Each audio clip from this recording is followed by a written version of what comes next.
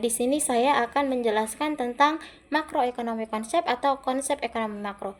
Seperti yang kita tahu, ekonomi makro adalah cabang ilmu ekonomi yang mempelajari tentang perilaku dan kinerja ekonomi secara keseluruhan, termasuk variabel-variabel agregat seperti produksi nasional, pendapatan, pengangguran, inflasi, dan pertumbuhan ekonomi. Selanjutnya, kita akan membahas tentang tujuan utama ekonomi makro.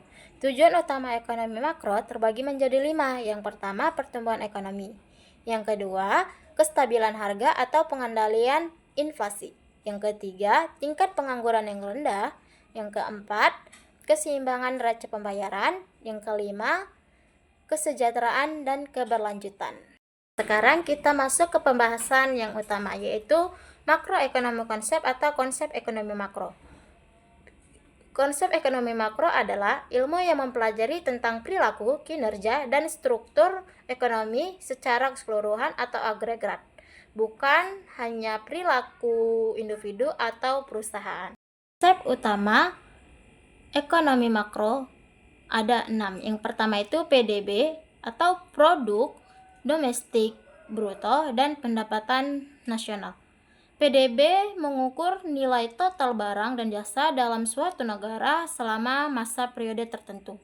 Sedangkan pendapatan nasional adalah pendapatan yang diterima oleh seluruh pelaku ekonomi dalam suatu negara. Adalah inflasi. Inflasi adalah kenaikan harga suatu barang dan jasa secara umum dan terus-menerus dalam suatu perekonomian. Inflasi yang terlalu tinggi dapat mengurangi daya beli masyarakat, sedangkan inflasi yang terlalu rendah atau deflasi dapat menghambat pertumbuhan ekonomi.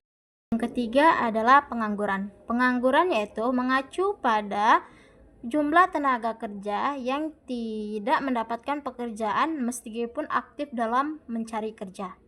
Tingkat pengangguran yang rendah itu menunjukkan bahwa adanya permasalahan dalam perekonomian seperti kurangnya permintaan agregat atau ketidaksesuaian keterampilan dalam ketenaga kerjaan. Yang keempat adalah pertumbuhan ekonomi. Pertumbuhan ekonomi adalah peningkatan kapasitas produksi barang dan jasa dalam suatu negara dari waktu ke waktu. Faktor-faktor yang mempengaruhi pertumbuhan ekonomi yaitu investasi, akumulasi modal, kemajuan teknologi, dan peningkatan kualitas sumber daya manusia. Yang kelima adalah kebijakan fiskal dan moneter. Kebijakan fiskal adalah tindakan yang dilakukan pemerintah dalam mengatur pengeluaran dan penerimaan negara atau pajak untuk mempengaruhi perekonomian. Sedangkan kebijakan moneter adalah tindakan bank sentral dalam mengatur jumlah uang beredar dan suku bunga untuk menjaga stabilitas harga dan mendorong pertumbuhan ekonomi. Adalah perdagangan internasional dan kurs.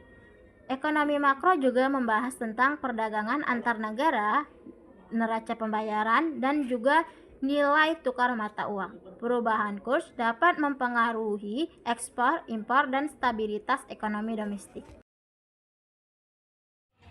Nah, dalam konsep ekonomi makro ada yang namanya permintaan dan penawaran agregat, yang dimana dalam kegiatan perekonomian berfluktuasi dari tahun ke tahun, pada tahun tertentu dalam suatu negara dapat mengalami peningkatan, yang ditandai dengan peningkatan produksi barang dan jasa dan peningkatan dari faktor-faktor lainnya, sehingga dalam suatu negara dapat menikmati standar hidup yang lebih baik, namun pada tahun tertentu lainnya, suatu negara dapat mengalami penurunan, yang dimana produksi barang dan jasa akan menurun.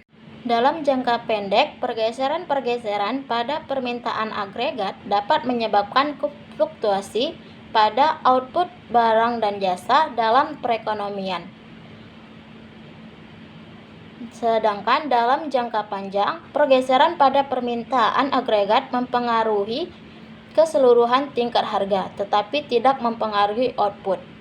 Di sisi lain, pergeseran-pergeseran pada penawaran agregat dapat menyebabkan stagflasi, yaitu periode merosotnya output atau stagnasi dan naiknya harga-harga atau inflasi.